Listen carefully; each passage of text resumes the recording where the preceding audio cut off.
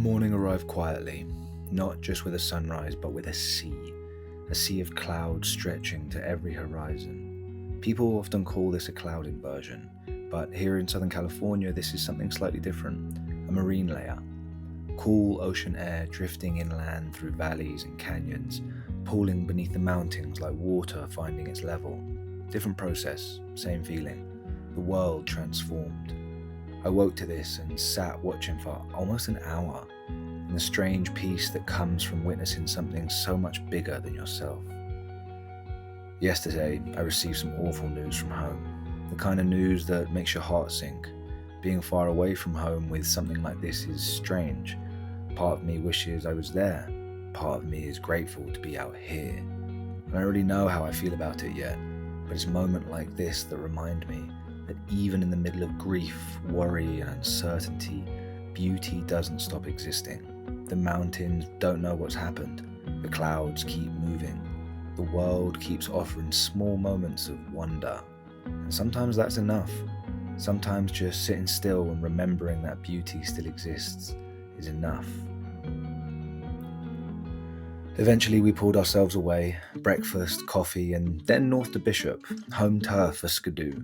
The resupply machine began once again. Supermarkets, post offices, gear shops, calories by the thousands. The glamorous side of through hiking. Honestly though, we were having fun. For a little while the trail could wait, and there was something nice about being tourists in a place neither of us were in any rush to leave.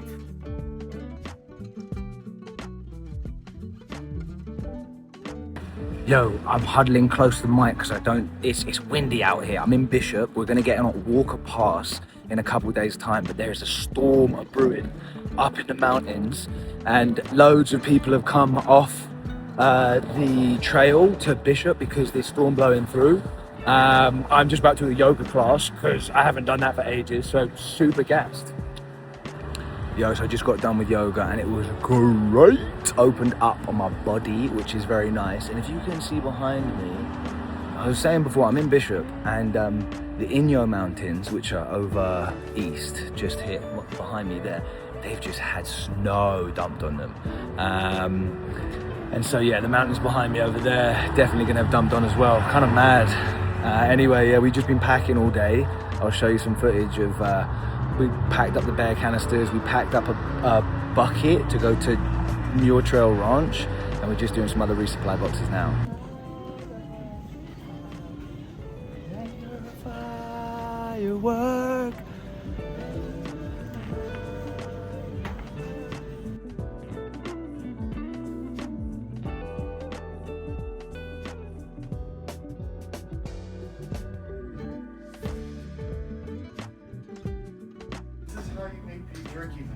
Is that how you make beef jerky, huh? This is how you make beef jerky. With a plumber's gun. Shoot it out. Oh no, you got the meat gun!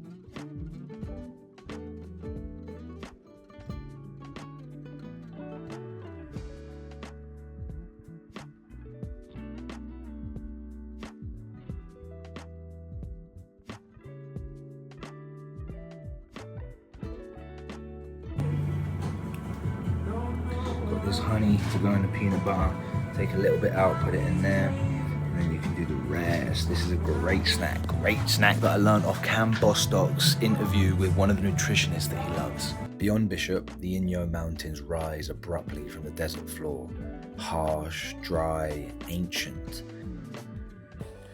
Howdy do. Yeah, it's I don't know what, 5-6 o'clock. We just were in Bishop. We went to these hot springs, which were just super nice. They're natural hot springs, but these were like developed ones. Anyway, we've just come out here, just outside of Bishop on the 6, and my friend has taken me to these petroglyphs. So let's check them out. I'm quite excited. These are the Inyos behind me. We've got White Mountain, which apparently is a 14er. They're so gorgeous. But yeah, I'm excited to see these petroglyphs. Even in late spring, fresh snow still clings to the highest ridges. A reminder that elevation changes everything out here. A few thousand feet can be the difference between desert heat and winter. I've always loved mountains like these, not because they're dramatic in the obvious way, but because they feel mysterious, quiet, as though they're keeping secrets. The kind of mountains you look at and wonder what stories unfold among their canyons long before roads arrived. Yeah, these are wild. That one for you. So you can actually say, oh, look at that, look at this. This is so mad.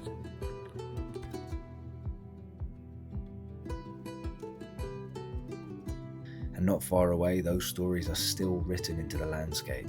North of Bishop, hidden amongst dark volcanic rocks, are petroglyphs carved by indigenous peoples thousands of years ago. So we've just come to another site, and apparently there's like caves and channels that people potentially had babies in and then kind of moved them through these systems. So let's see what it's like. I'm quite excited. Nobody knows exactly what every symbol means. Some may mark journeys, some may tell stories, some may carry meanings now lost to time. What survives is the reminder that people have stood in this landscape for millennia. So apparently, where we've got petroglyphs as well, there's also potentially like birthing caves and like little places they put the babies off. Oh, I already know.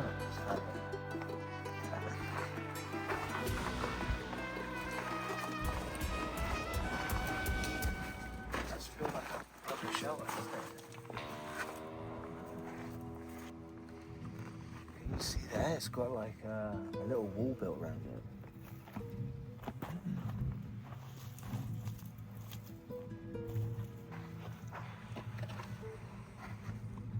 Do you know much about this?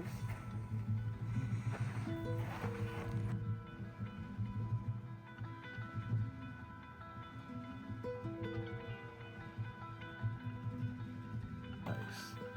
Oh yeah, well this has got the petroglyphs. Have you got more holes? That's crazy.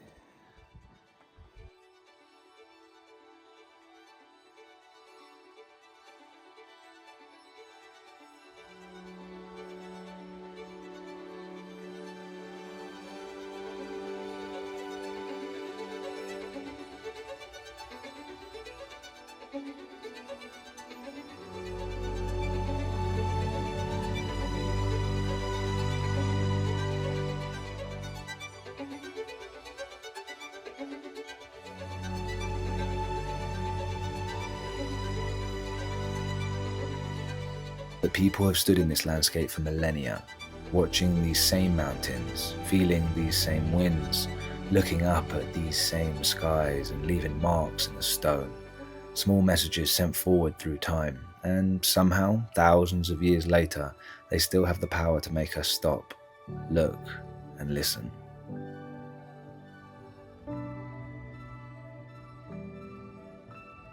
So you know what? I was actually I wasn't so excited coming here. I don't know, I didn't think it was gonna be that impressive, but it's funny the impact that it had. Understanding that people were here, I just looked it up. These go back as long as 3,000 years ago. That's like our evolutionary ancestors. Maybe it's not actually. I don't know, I'll have to figure that one out. But yeah, crazy to think that people were here out in this kind of desolate area, miles, just doing their thing, maybe giving birth, sheltering, that kind of stuff. Why?